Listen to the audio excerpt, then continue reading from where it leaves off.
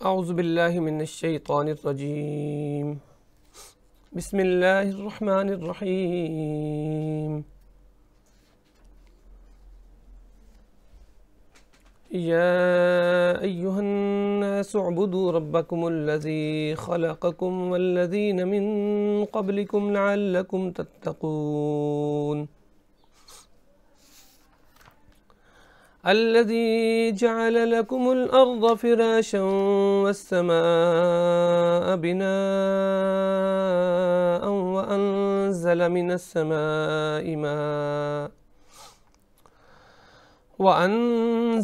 السماء ماء فأخرج به من الثمرات رزقا لكم فلا تجعلوا لله أندادا وأنتم تعلمون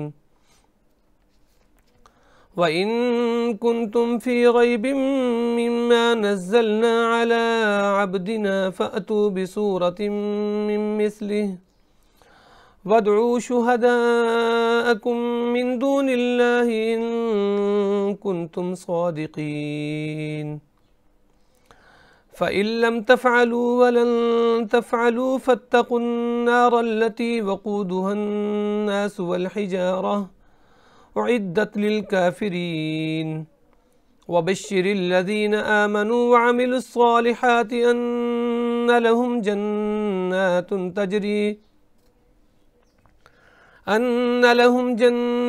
تجري من تحتها الأنهار كلما رزقوا منها من ثمرة رزقا قالوا هذا الذي رزقنا من قبل وأتوا به متشابها ولهم فيها أزواج مطهرة وهم فيها خالدون إن الله لا يستحيي أن يضرب مثلا ما بعوضة فما فوقها فأما الذين آمنوا فيعلمون أنه الحق من ربهم وأما الذين كفروا فيقولون ماذا أراد الله بهذا مثلا يضل به كثيرا ويهدي به كثيرا وما يضل به إلا الفاسقين صدق اللہ العظیم۔ محترم ناظرین، میں نے آج آپ کے سامنے سورہ بقرہ کی آیت نمبر 21 سے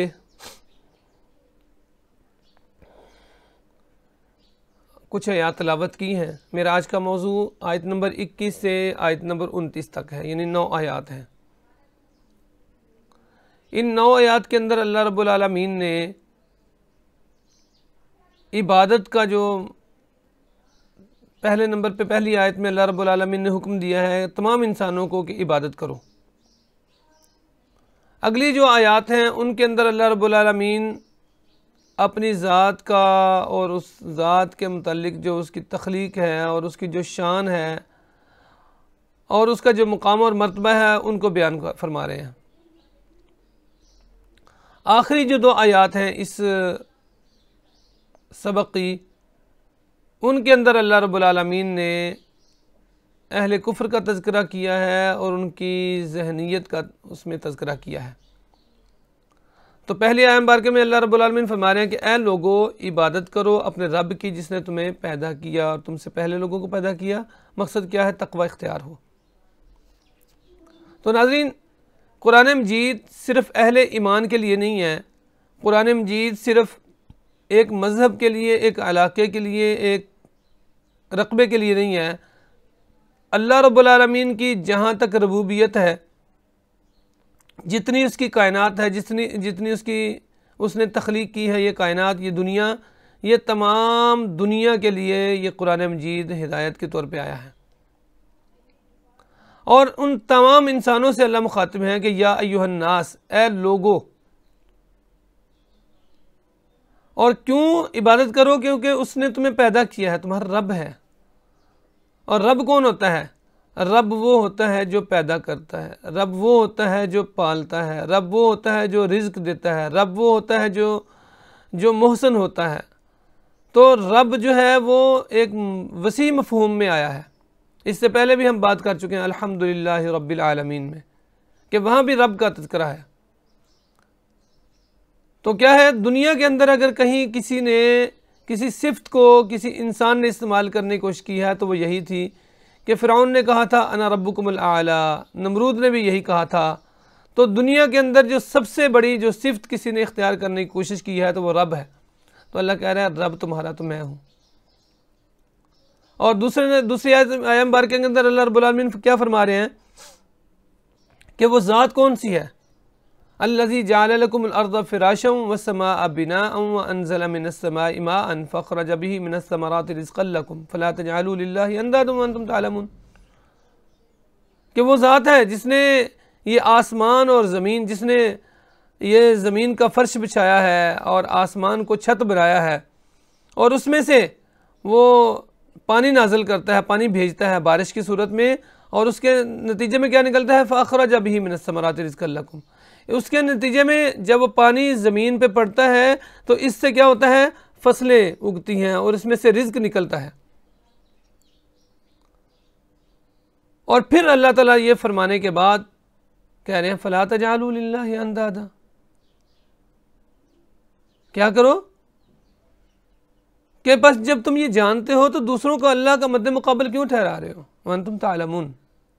اللہ کا مد مقابل کوئی نہیں ہو سکتا.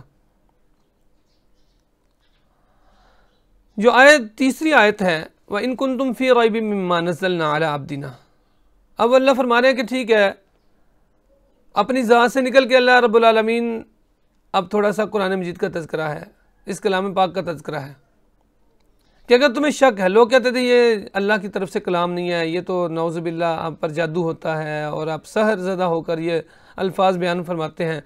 تو اللہ رب العالمین نے چیلنج کیا وَإِن كُنتُمْ فِي رَيْبٍ مِّمَّا نَزَّلْنَا. تمہیں شک ہے نا تو کیا کرو عَلَىٰ عَبْدِنَا فَأْتُوا بِسُورَةٍ مِّن مِّثْلِهِ. اس جیسی ایک صورت لے آؤ. وَادْعُوا شُهَدَاءَكُم مِّن دُونِ اللَّهِ إِن كُنتُمْ صَادِقِينَ. اور جتنے دنیا میں گواہ تم لا سکتے ہو اللہ کے علاوہ وہ سارے گواہ لے آؤ اگر تم سچے ہو. لیکن ساتھ دنیا کے اندر کبھی ایسا نہیں ہوتا کہ ایک فرد چیلنج کرے اور چیلنج کے ساتھ اس کی تصدیق اس انداز میں کرے کہ اللہ رب العالمین نے فرمایا کہ فَإِن لَّمْ تَفْعَلُوا، اگر تم نہ کر سکو وَلَن تَفْعَلُوا، تم ہرگز نہیں کر سکو گے. آج تک دنیا کا کوئی بڑے سے بڑا مدبر، کوئی بڑے سے بڑا فلسفی، کوئی بڑے سے بڑا شاعر، کوئی بڑے سے بڑا زبان گو، کوئی زبان دان، کوئی بھی اس بات میں کامیاب نہیں ہو سکا. یہ چیلنج 1400 سال سے قائم ہے اور اسی طرح انشاءاللہ تعالیٰ قیامت تک قائم رہے گا. وَلَن تَفْعَلُوا، تم ہرگز نہیں کر سکو گے. تو فرمایا پھر جب کر نہیں سکو گے تو فَاتَّقُوا النَّارَ الَّتِي، جو اس میں جس آگ سے ڈرایا جا رہا ہے اس سے بچ جاؤ. اس آگ سے بچنے کا طریقہ کار کیا ہے؟ ایک ہی طریقہ ہے کہ اس پر ایمان لے آؤ.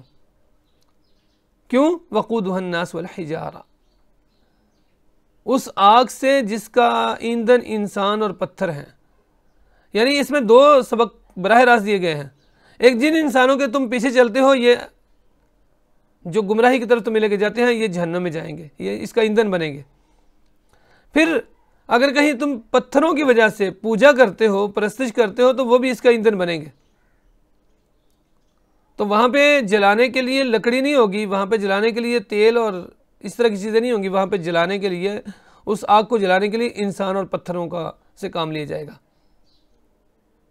وَعِدَّتْ لِلْكَافِرِينَ، یہ کافروں کے لیے ہی، انکار کرنے والوں کے لیے تیار کی گئی ہے. لیکن ساتھ اللہ رب العالمین جہاں ڈراتے ہیں وہاں خوشخبری بھی دیتے ہیں، جہاں انذار ہے وہاں پہ تبشیر بھی ہے، جہاں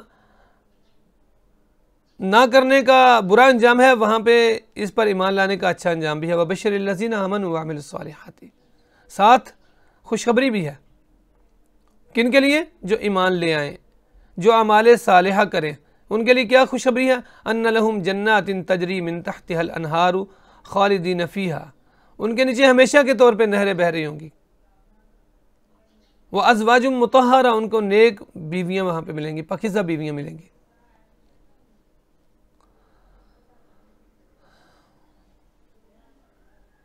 كُلَّمَا رُزِقُوا مِنْهَا مِنْ ثَمَرَةٍ رِزْقًا قالوا هذا الذي رزقنا من قبل واتوا به متشابها ولهم فيه ازواج مطهرة، وہاں پہ کیا ہوگا؟ ان کو پاکیزہ بیویاں ملیں گی، وہم فیہا خالدون، اور وہ ہمیشہ اس میں رہیں گے۔ اب یہاں پہ تذکرہ کرنے کے بعد پھر اللہ رب العالمین کلام کو پھر دوسری طرف لاتے ہیں کہ لوگوں کا اعتراض یہ تھا کہ یہ کیسی مثالیں ہیں یہاں پہ ملتی ہیں کہ ان اللہ لا یستحی ان یضرب مثلا مبعوثۃ، کہتے تھے یہ کیا جی مکھی اور مچھر کی مثالیں، اللہ کہتا مجھے اس میں کوئی حیا نہیں آتی، میں تو تمہیں سمجھانے کے لیے ہر حربہ اختیار کر سکتا ہوں، تمہیں ہر طرح کی مثال دینے کے لیے تیار ہوں، اور اس کو کوئی ایسا نہیں، وہ اس کی تخلیق کو، اس کی ذات کو، اس کی ربوبیت، اس کی قدرت، اس کی شان کی تصدیق کے لیے اللہ رب العالمین نے یہ ساری مثالیں دی ہیں۔